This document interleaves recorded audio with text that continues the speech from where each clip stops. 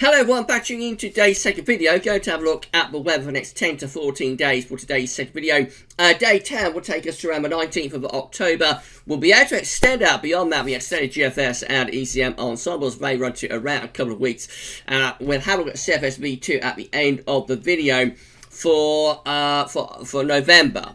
At the end of the video, it's in October, and I'll have a look at the CFSV2 at the end of the video for November. Now, I was going to show you the ECM WF 42-day charts in this video, but I've been going through the data, and I've decided that really there's so much to show you that it needs its own video, really. So I think later on, around 5-ish, perhaps, we'll do a third video looking at the ECM WF 42-day forecast, for mean silver pressure, for temperature and for precipitation for the next 6 weeks. And this will probably be a new feature every Friday at GavsWeatherVids. So I think it'll be a new feature that we do every Friday, probably sometime around tea time on a Friday. I wasn't too much about whether to include that data in with this video as well, but I think really there's so much to see now from the ECM 42-day charts, but it does need its own video, probably. So yeah, that's going to be coming up later on today, and then we're live streaming after 10 o'clock. It's going to be a very busy day to GavsWeatherVids today. Let me know what you think about the idea of doing a video just specifically for the ECM 42 day. On a Tuesday, we'll still just do the 4 weekly, because the ECM 42-day model updates twice a week, on a Tuesday and on a Friday. So we shall do the Tuesday update will be, a 4 weekly on a Tuesday. We'll stop at week 4 still, so it's a 30-day look ahead, and we'll still show you weeks 5 and 6 on a Wednesday in the live stream. But on a Friday, I think we'll do a video just on its own, looking at the full 6 weeks range. We got to figure it out, because this is a big change that the ECM WF has delivered this week. It really is massive and a huge amount of data. So we've got to figure out the best way of bringing that data to you, what works easiest for most people. But I thought, putting that within this video today would make it a very, very long video. So I thought, let's have a look at the ECM WF on its own in a video later on. And we'll have a look then. So let me know in the comments what you think. Now, before we do anything else, I've got to say thank you so much to our latest PayPal donor. So we've got a PayPal donor to shout out.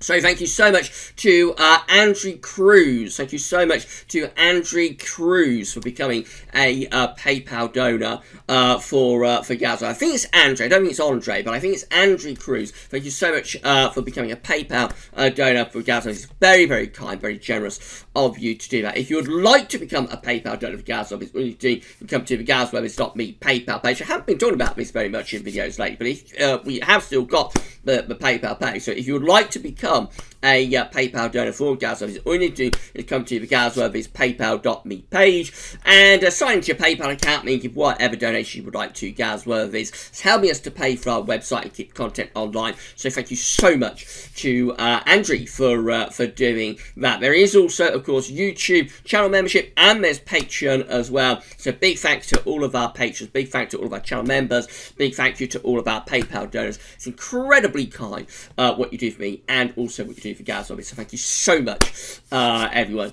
for doing that. Right, and special thank you, of course, to Andrew. Thank you so much to Andrew Cruz for the donation.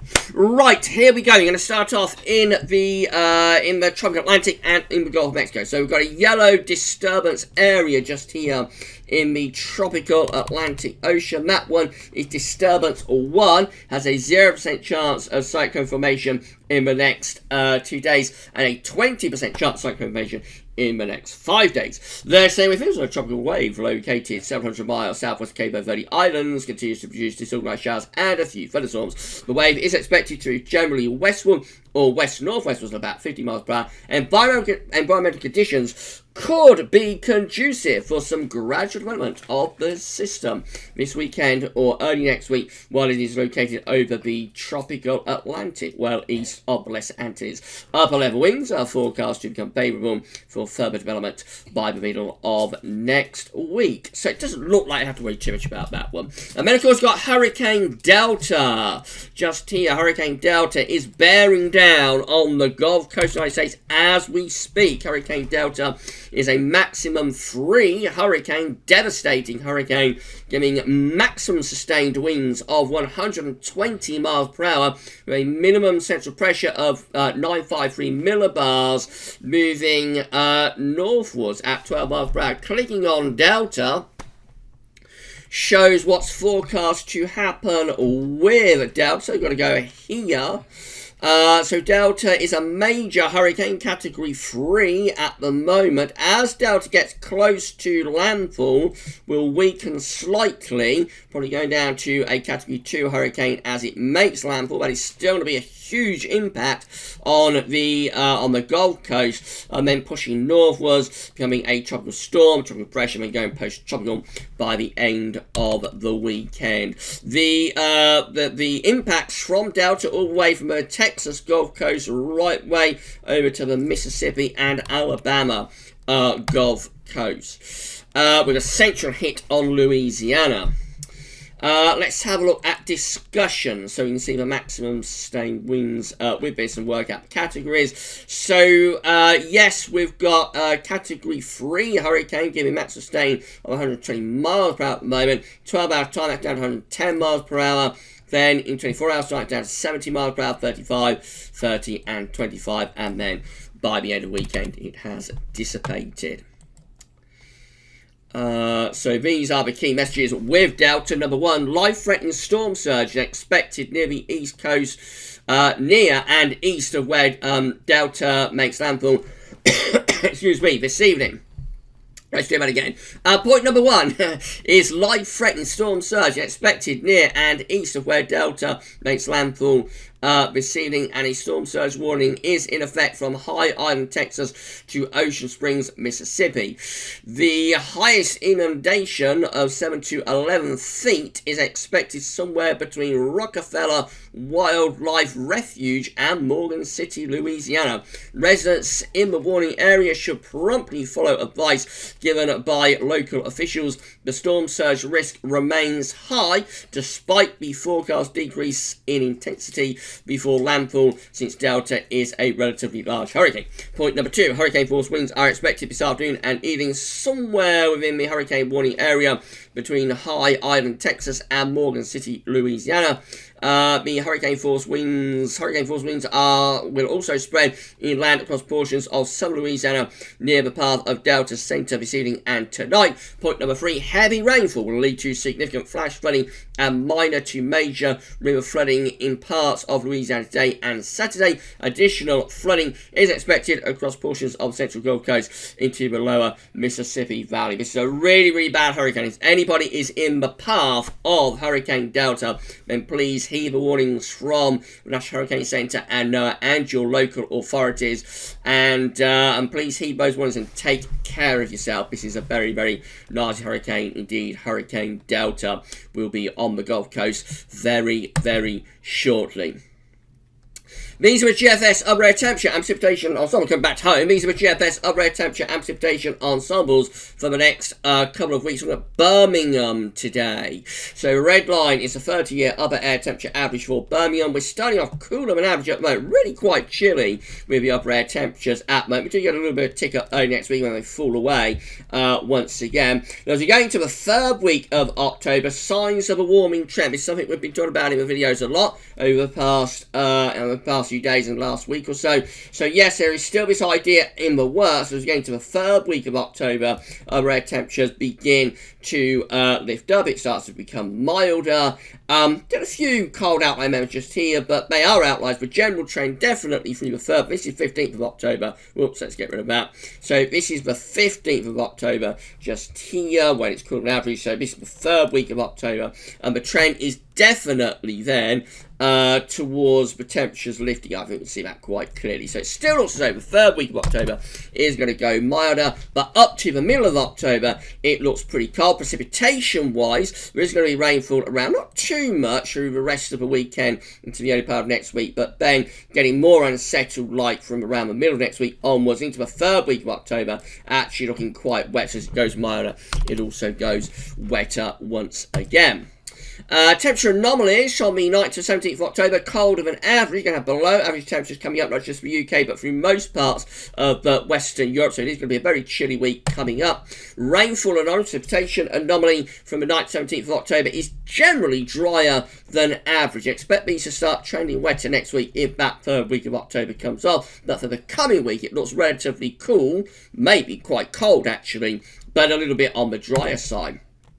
This is the latest wind flow map from earthnullschool.net, showing that west to northwesterly winds are in with us today. These winds are going to be bringing increasingly chilly air with them from the northern Atlantic and, you know, from like Norwegian Sea and that sort of area over here. So that's all going to be coming southwards in the coming days, and it's going to be very chilly over the weekend into next week. Let's pull this around. Have a look at Delta. Let's move. So I love how the wind flow map from earthnullschool.net is fully interactive.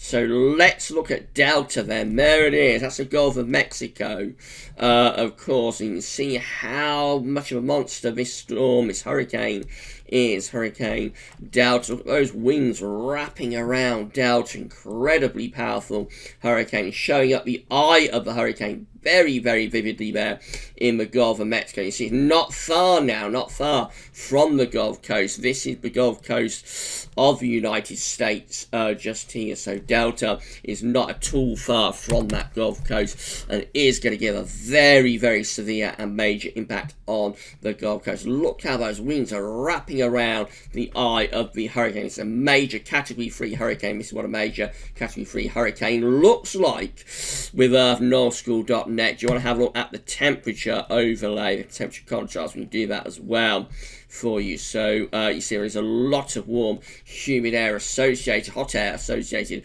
with this hurricane, but I think it's really on the air, but it looks more dramatic. You know, I think it looks wind. Sorry, yeah, it looks more dramatic there. How those winds really wrap around Delta. Incredible hurricane, and very, very powerful indeed. Right, coming back to the UK and Northern Europe then. This is how the UK Met is looking for Monday. So trough low pressure is dropping in from the northwest on Monday. That brings spells of rain where that slips down across the country from Monday into Tuesday, quite unsettled for the opening part of next week. Then high pressure builds out to the northwest on Wednesday. Low pressure slips away to south. Winds go into the east, so it'll be turning cool with easterly winds through the early part of next week. That's Thursday, 15th of October. High pressure over Scandinavia, then winds are in from an east to northeast direction, and there will be showers coming into that eastern coastal area. Quite cool and showery in the east. Driest weather will be in the north and west of that. GFS 6 then, again low pressure dropping in from the northwest as we go from Monday into Tuesday. That'll bring showery bands of rain with that. Low pressure clears away to the south on Wednesday. High pressure builds to the north. Winds go into the east and northeast, and that will bring showers into the east. It will be cool as well. Second half next week, we drop an area of low pressure down the western side of the coast. So an area of low pressure needs to drop down to west of Ireland. That will probably bring bands of rain into western, southwestern areas, but northern east areas should be mainly dry. The weekend of 17th, 18th of October has low pressure set up to our south, high pressure blocking to the north. Winds are in from like an easterly direction. That low pressure is probably bringing showers and longer spells of rain to more southern parts of the country. And then up to day 10, which is Monday the 19th of October, still unsettled with low pressure over top of the country. That brings showers, if not longer spells of rain too. And it stays generally unsettled into the third week of October as well with this GFS 6Z run. So yeah, low pressure bringing bouts of rain in through the third week of October. Never particularly warm. So we haven't talked about the idea of it goes milder.